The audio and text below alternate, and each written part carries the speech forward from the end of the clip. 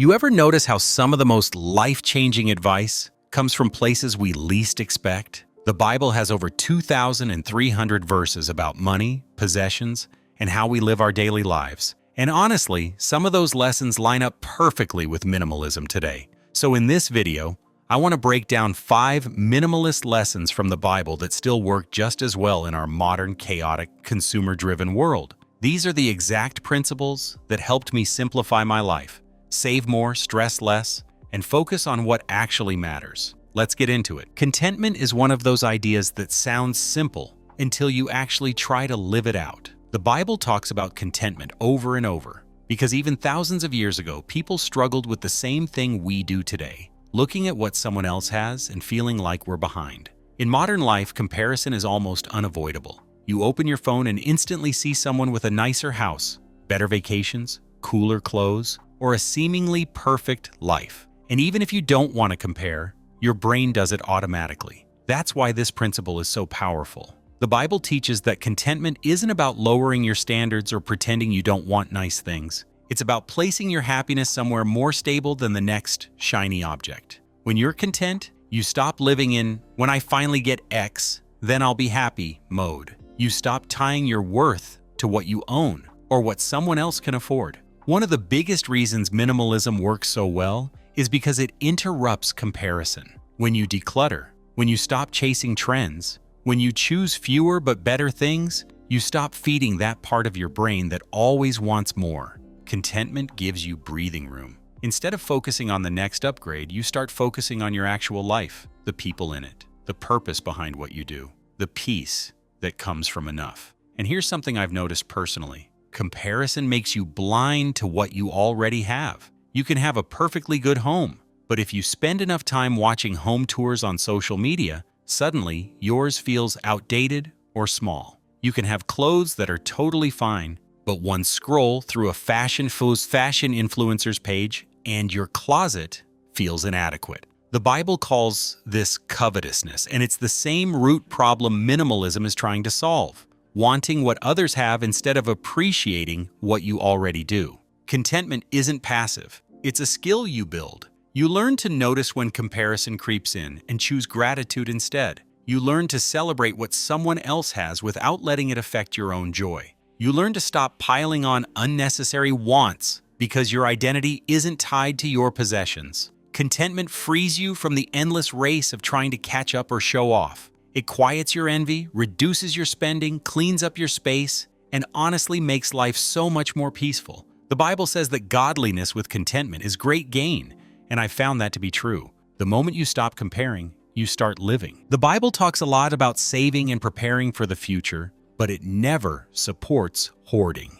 And those two things might sound similar at first, but they could not be more different. Storing wisely is about being responsible. It's about having an emergency fund, saving during the good years, and making decisions that protect your future self. Hoarding, on the other hand, is all about fear. It's about holding on to things you don't need, spending money you don't have, and piling up possessions or wealth simply because it makes you feel safe for a moment. What I love about biblical wisdom is that it strikes this beautiful balance. Prepare, but do not cling. Plan, but do not obsess. Have enough, but do not let more become a lifestyle. The story of Joseph storing grain in Egypt is the perfect example of wise preparation.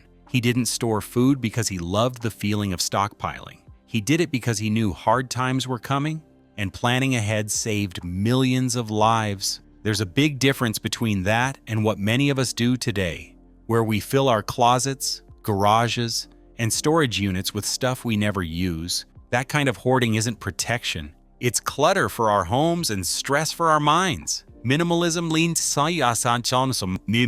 leans heavily into this idea: keep what serves your life and let go of what doesn't. The Bible reinforces it by encouraging stewardship. When you hoard, your stuff owns you. When you store wisely, you own your stuff. Hoarding isn't just physical either. Some people hoard money so tightly they never enjoy life, never give, never help anyone, and never practice generosity. Saving becomes an obsession instead of a tool. That's not wisdom. True biblical saving is purposeful. It has boundaries. It serves your family and your community. And minimalism mirrors that exact mindset.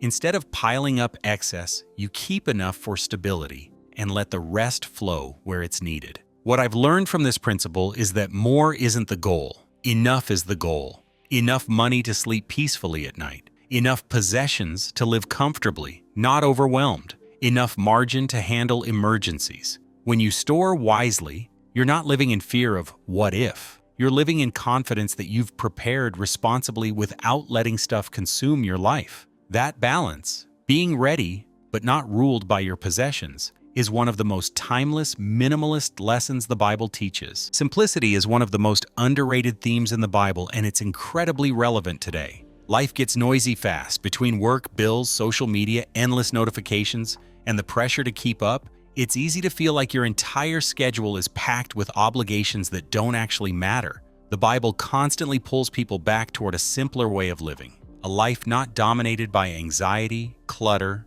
or distraction. Jesus even said that life is more than food and clothing. He wasn't saying those things don't matter. He was saying that obsessing over them suffocates your sense of purpose. And honestly, that's exactly what modern minimalism tries to undo. When you step back and look at your daily routine, you start noticing how much mental clutter you carry. Half the tasks you stress about are things you don't even want to do. Half the stuff you buy solves problems you didn't even have until you saw an ad for it. We complicate our days because we think busyness equals productivity or status. But in the Bible, simplicity is tied to clarity. When your life is uncluttered, you can actually focus on what matters: relationships, health, faith, creativity, rest, and meaningful work. A big part of simplicity is knowing when to say no. The Bible warns about being pulled in too many directions, being anxious and troubled about many things. That describes most modern households perfectly. Simplicity asks, what can I remove? What can I let go of? What is taking up my time, energy, or peace without giving anything meaningful back? Minimalism isn't about living with nothing. It's about removing what's unnecessary so the necessary things can shine. And the truth is, simplicity doesn't just save you time, it saves your mind. Your home becomes easier to clean. Your schedule becomes lighter. Your money becomes easier to manage. When you simplify, you begin to breathe again. It feels like creating margin in a world that constantly demands more. And the Bible has been telling people to do this for thousands of years. Jesus lived simply not because he had to, but because it allowed him to stay focused on his mission. Many biblical figures lived with only what they needed so they could stay present and purposeful. That same principle applies today. You don't need a minimalist aesthetic or empty rooms. You need a life where your priorities are clear and your heart isn't pulled in 100 directions. Simplicity in daily living is about choosing peace over pressure, presence over performance, and meaning over clutter. Generosity is one of the most powerful tools the Bible gives us for breaking free from material attachment. When you give something away, money, clothes, time, or resources, you loosen the grip that possessions often have on your heart. The Bible repeatedly teaches that giving isn't just an act of kindness, it's an act of liberation. It frees you from the mindset that more stuff equals more security. It pulls your identity away from what you own and pushes you toward who you are. In a world built on consumerism, generosity feels countercultural. Everything around us says, hold on, collect more, upgrade, treat yourself, you deserve it. That message creates emotional attachment to things that don't actually matter. But generosity interrupts that cycle instantly. The moment you give, you teach yourself that you can survive, actually thrive, with less. You prove to your own mind that stuff isn't your source of joy, peace, or security. The Bible talks about cheerful giving, not forced giving. That's because generosity is meant to reshape your heart, not drain your bank account. When you voluntarily give something of value, even a small amount, you train yourself to detach from possessions. It's like a muscle. The more you practice generosity, the stronger your sense of freedom becomes. Minimalism teaches something similar. Giving away excess, donating unused items, or sharing resources strengthens your ability to live lightly. Instead of clinging to everything just in case, you trust that you'll be okay with less. One of the biggest lessons I've learned is that generosity creates joy. It sounds cliche until you experience it. There's this lift you feel when you clean out a closet, and donate things to someone who actually needs them. There's a sense of purpose when your money helps someone else instead of buying the 20th thing you don't need. The Bible says it's more blessed to give than to receive. And that hits different when you realize how freeing it is to not be chained to your possessions. Generosity also protects you from greed. Greed doesn't mean wanting to be rich. Greed simply means never feeling like you have enough. You can make $50,000 a year and be greedy, or you can make $5 million a year and be generous. It's about your heart, not your income. And minimalism uses generosity as a tool to prevent the slow creep of more.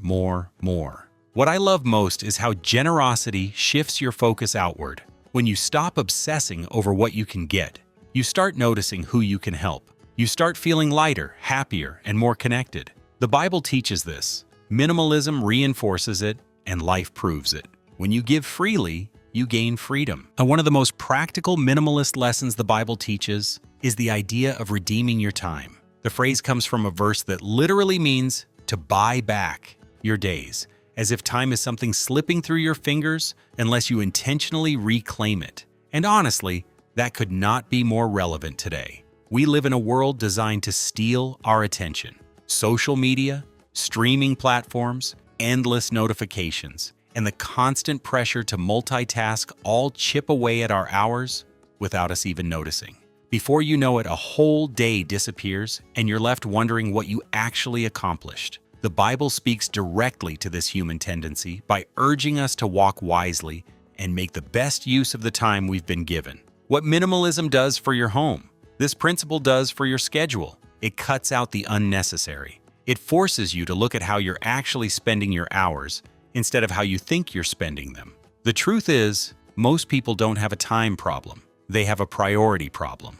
We fill our days with what feels urgent instead of what's important. We drift into habits that don't serve us, simply because they're easy and familiar. Redeeming your time is the opposite of drifting. It's choosing intention over autopilot. A big part of this biblical principle is understanding that your time has value. If you wasted $200 in a week, you'd probably notice. But wasting 10 hours? Most people don't bat an eye. Yet time is the one resource you can never earn back. Minimalism asks, what can I remove from my schedule that adds nothing to my life? What obligations, habits, or distractions are stealing my peace? The Bible asks the same questions, urging people to stay alert, aware, and purposeful. One of the easiest ways to redeem your time is to decide what actually matters before the day starts. When you wake up without a plan, everything becomes a distraction. But when you know the one or two things that truly matter, everything else falls into place. Another strategy is to audit your time for a week. It's uncomfortable but eye-opening. You'll quickly see where hours disappear, scrolling, binge-watching, or stressing over tasks that don't move you forward. Redeeming your time doesn't mean filling every minute with productivity. It means making room for what matters: rest, relationships, health, creativity, purpose. It means choosing a life you're proud of instead of one that just happens to you. The Bible calls this wisdom. Minimalism calls it intentional living, and both lead to a life with far more meaning and far less regret. At the end of the day, these minimalist lessons from the Bible aren't just ancient ideas. They're practical tools for living a calmer, clearer, more intentional life in a world that constantly pulls us in every direction. When you learn to be content, to prepare wisely, to simplify, to give freely, and to redeem your time, you start to feel lighter. You stop living on autopilot and start living on purpose. So if any of these hit home for you, try applying just one of them this week. Small shifts add up fast. Thanks for hanging out with me today. And if you want more videos like this, make sure to stick around because I've got plenty more on the way.